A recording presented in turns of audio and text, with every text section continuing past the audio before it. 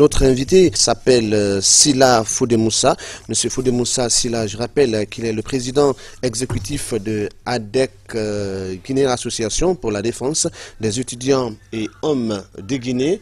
Il répond à nos questions. Alors, attention, quelle appréciation fait-il du niveau d'études des jeunes guinéens? La Guinée a 59 ans. Certes, les jeunes ont toujours réclamé leur place. Les jeunes se sont toujours battus pour avoir un emploi quelque part. Monsieur Fodemoussa, donc invité pour en parler avec lui. Bonjour. Bonjour. Merci de répondre à notre invitation. C'est à moi de vous remercier de m'avoir invité en ces grands jours où nous sommes en train de fêter notre indépendance nationale. Le 2 octobre, la Guinée a 59 ans. Oui, la Guinée a 59 ans. A 59 ans d'indépendance. Je crois que c'est une opportunité pour qu'on puisse exprimer en tant que président des étudiants et chômeurs de Guinée, adresser bonne fête au président de la République, au peuple de Guinée et à tous les membres du gouvernement. Donc, je crois que c'est une opportunité pour qu'on puisse encore rappeler les enjeux qui sont liés à la problématique de l'emploi en Guinée. On en parle, hein? On en parle. Alors justement, allez-y, on parle de cette problématique absolument, on s'intéresse ici aux jeunes. La question première est de savoir quelle est, votre idée du niveau d'études de ces jeunes. Parce que s'il faut parler d'emploi, il faut d'abord parler de la formation. Quelle appréciation faites-vous de cet état de fait? D'accord, je vous remercie, Monsieur Sorel, pour cette question. Si je veux profondément répondre à cette question, vous me permettrez, j'ai fait un briefing sur la situation de l'emploi et du chômage en Guinée que je vais lire. Ok, d'accord. Donc, je vais dire trop longtemps, la question jeune dans le débat public a été appréhendée négativement sur le seul prisme des associations représentatives ou des captations de leadership que les rentiers de trafic d'influence de tous bords avaient fait un lucratif fonds de commerce. Ce tropisme dévastateur avait réussi à occulter savamment l'urgence de son déclassement dans la réalité des enjeux publics. Au même titre que l'emploi qui est pourtant sa contrepartie nécessaire en tant qu'élément intégrateur du tissu social. Ces questions n'ont pas occupé dans les stratégies nationales la priorité qu'elles méritent. De là, la conclusion bien légitime que cette question jeune est véritablement le trou noir des politiques publiques, entretenant une fracture sociale insupportable entre le pays légal et sa force de relève qu'est sa jeunesse. Pour autant, la République justice lui soit rendue avait voulu remédier cette béance en instituant depuis l'indépendance un ministère de la jeunesse. Mais celui-ci pris en otage dans ses postures conjoncturales qui le poussent à privilégier le symbolique sur le durable n'est pas arrivé jusqu'à présent à doter la nation d'une véritable politique de la jeunesse. Ensuite, cette dérive s'est aggravée à l'ère des politiques d'économie impulsées dans le sillage du libéralisme économique devenant le parent pauvre des politiques d'État. Cette logique nous a convaincus que la raison de l'économie n'est plus dans l'économie elle-même. Elle relève d'une orientation culturelle que d'une nécessité naturelle. Pire, elle a théorisé l'ineptie au même titre que le social.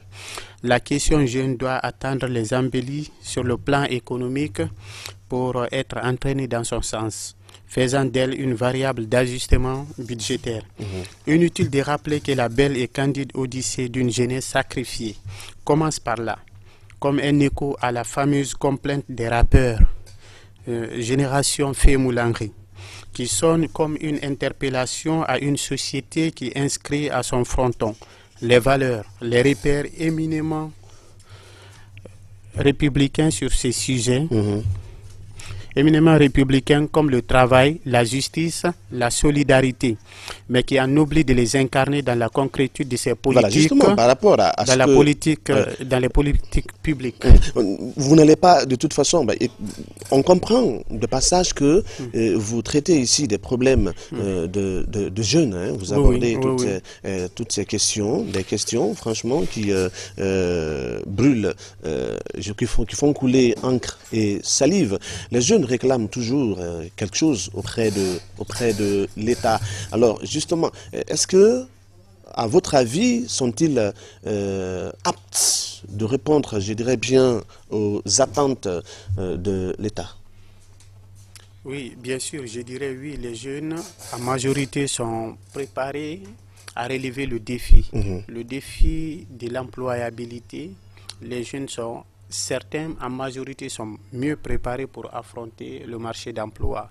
C'est-à-dire qu'il faut comprendre que nous avons un problème. Le problème, c'est-à-dire que cette question n'a jamais voulu être une préoccupation fondamentale pour les différents gouvernements. On pourrait profiter de cet instant pour rappeler la bonne volonté du président de la République, son Excellence, le professeur Alpha Condé, qui a dédié son premier et deuxième mandat à la jeunesse guinéenne et aux femmes. Mais cette volonté n'a pas été bien saisie par les autorités qui s'occupent des questions de la jeunesse, d'où nous pouvons constater, c'est-à-dire la gravité du taux de chômage. Et vous pouvez comprendre combien de fois les jeunes guinéens sont frustrés quand vous allez constater les récents événements à Boké. Ça a pris plusieurs semaines, vous savez. Donc, il faut comprendre que la précarité dans le milieu jeune est une réalité. Et pour ce faire, nous disons qu'il faut prendre en compte la volonté que le président de la République a exprimée à l'endroit de la jeunesse. Il faut mettre en place à cet effet des mécanismes qui vont permettre de faciliter la formation, l'insertion, si vous voulez, la formation, le suivi et l'insertion socio-professionnelle. Voilà, merci, vous parlez tout de suite là, de passage, vous avez parlé de jeunes embellis.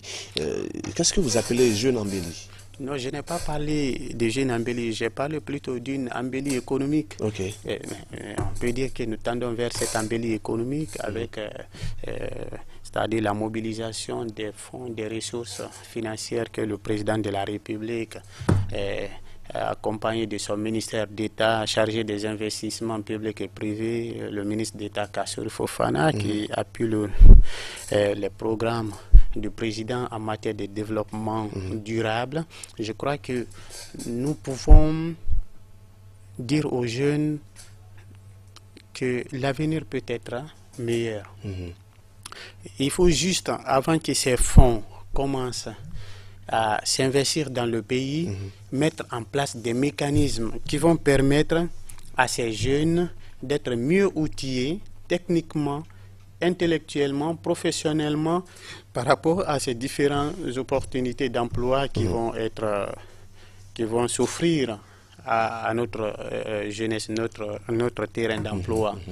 Et donc, si nous attendons jusqu'à ce que les investissements commencent, alors que les investissements doivent s'opérer dans des projets ou dans des projets qui, la plupart de la main-d'œuvre locale ne répond pas à ces compétences qui vont être sollicitées par ces entreprises, je crois que nous allons toujours être confrontés au problème du chômage. Et donc, il faut permettre à la jeunesse guinéenne de sortir de cette misère. C'est là la vérité. Vous allez voir dans tous les quartiers, les jeunes dans les cafés, les jeunes au terrain, les jeunes, ils ne sont pas occupés. Moi, j'ai dit une chose, on ne peut pas parler de croissance sans investissement. On ne peut pas parler d'emploi s'il n'y a pas d'investissement. D'investissement. Oui. Donc, il faut, et pour que ces investissements puissent avoir une incidence sur l'épanouissement social de la jeunesse guinéenne, il faut que la jeunesse soit mieux préparée en termes de formation et de leadership. C'est-à-dire qu'il faut aussi faire confiance à certains jeunes qui se battent, qui ont de l'expérience, qui ont le niveau pour faire avancer certaines choses. Donc le problème en Guinée, moi j'estime que 59 ans d'indépendance, les jeunes Guinéens sont mûrs, ils sont mûrs d'avoir vécu le régime du feu président Ahmed Sékou Touré, paix à son âme, du régime de Lansana Conté, paix à son âme, de Moussa Dadis Camara, de Sekouba Konaté, du président de la République Alpha Condé, qui a quand même fait assez d'efforts pour non seulement permettre à notre diplomatie d'avoir une certaine influence au niveau international. Et donc, du coup, cette offensive diplomatique a permis à notre pays de se faire valoir dans les grands débats publics au niveau international. Je crois qu'aujourd'hui, il faut apprendre à faire confiance aux jeunes Guinéens, parce que les jeunes Guinéens, pour la plupart aussi, sont bien formés. Mais quand vous êtes bien formé en Guinée, vous avez quelque part un problème d'insertion. Quand votre CV est bien fait, c'est toujours mis dans les tiroirs. Quand vous avez des beaux diplômes, vous avez peur de les présenter parce que on va supposer que vous êtes là pour écarter, alors qu'il y a tellement d'initiatives. Vous signalez, vous constatez donc un emploi par affinité, je voulais dire, où la promotion de la médiocrité passe en plein. Oui. La promotion de la médiocrité aussi est une réalité dans ces pays. Nous connaissons beaucoup de jeunes qui ont eu de bonnes formations. C'est-à-dire que ce n'est pas le CV qui compte, mais la tête. Non, le CV quelquefois n'est pas intéressant. Des fois, le recrutement n'est même pas basé sur le CV. Je ne parlerai pas des institutions internationales ou des entreprises, des grandes entreprises qui souhaitent rayonner sur le terrain. Mais je vous dis que le CV n'est pas assez important pour se faire un bon emploi dans le pays. Donc ça, c'est une réalité. Mais aujourd'hui, il faut dire que la jeunesse guinéenne attend beaucoup de son gouvernement. La jeunesse guinéenne attend beaucoup de son gouvernement.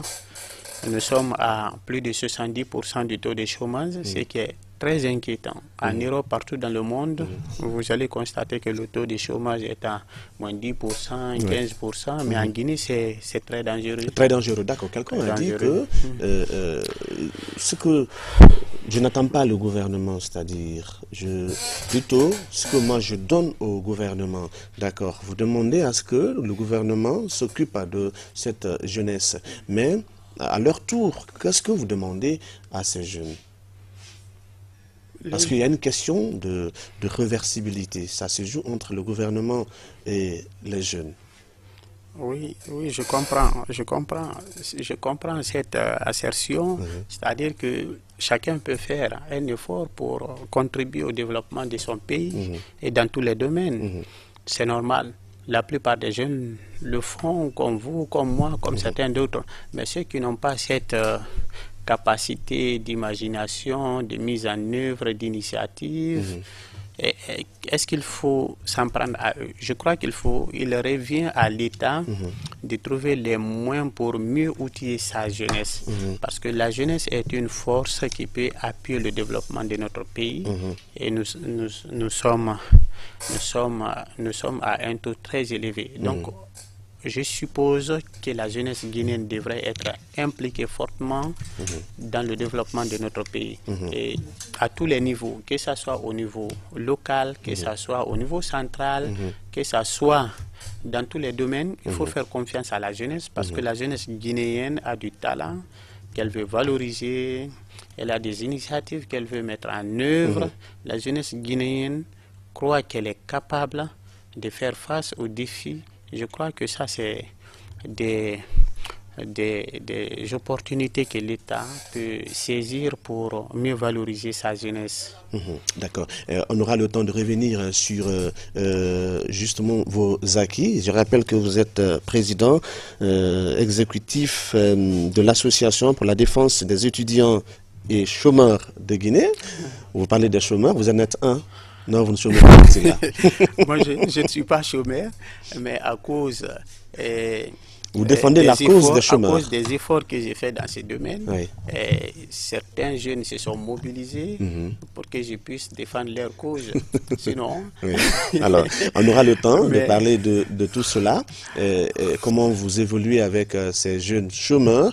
Vous me direz qu'il y en a déjà qui ont trouvé leur premier emploi. Alors, ce numéro spécial de Colo Matin, c'est justement le 2 octobre. Alors, vous venez ainsi de nous parler du rôle que les jeunes doivent jouer ou que le rôle que l'État doit jouer pour offrir une vie décente à cette jeunesse guinéenne. Merci Sila, on aura le temps absolument de revenir sur tous ces acquis, votre association, l'association des chômeurs de Guinée.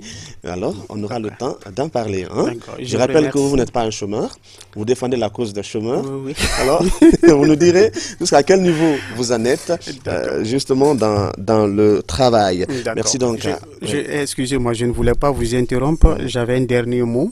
Si vous me permettez, je voulais rendre hommage à tous les fils et filles de Guinée qui se sont battus pour l'indépendance de notre pays. Que leur âme repose en paix. Amen. Notamment le pionnier, le feu Ahmed Sékou Touré, Lansana Conté et tout ce qu'on n'aura pas pu citer. Je voulais rappeler aussi que je suis petit-fils d'un chef de canton, M. Beyatara, le chef de canton de Falissade. J'ai vu les archives à la Bibliothèque nationale. Il était très opposé aussi à la colonisation. Il avait tout le temps des problèmes avec avec le colon blanc. Le colon blanc. Oui. Donc, que son âme repose en paix. Amen. Je ne vais pas oublier aussi mon grand-père, Galimengue Yumakuye Souma, que leur âme repose en paix. Je crois que c'est des héros qui ne sont pas encore... mais je suis en train de travailler sur des ouvrages pour mieux faire connaître leur combat contre la colonisation. D'accord. Merci Sila. Merci également. Merci d'être passé dans Colo Matin. Franchement, on aura l'occasion de beaucoup plus parler de la situation des jeunes chômeurs guinéens et ça sera dans nos prochaines émissions. Merci, une très bonne fête à toi et bonne suite des programmes sur les antennes de la télévision nationale. Je sais qu'après ici, le rendez-vous c'est la place des martyrs où doit s'effectuer le dépôt de gerbes de fleurs en la mémoire de nos martyrs. L'occasion nous est opportune, c'est le 2 octobre que nous célébrons. La Guinée accédait ainsi à son indépendance. Merci.